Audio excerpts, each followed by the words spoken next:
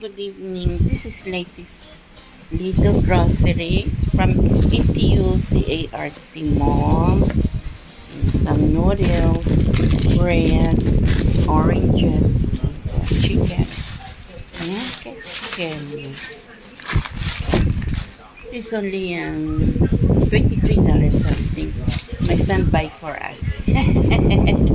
Because I treat him. So he treat us.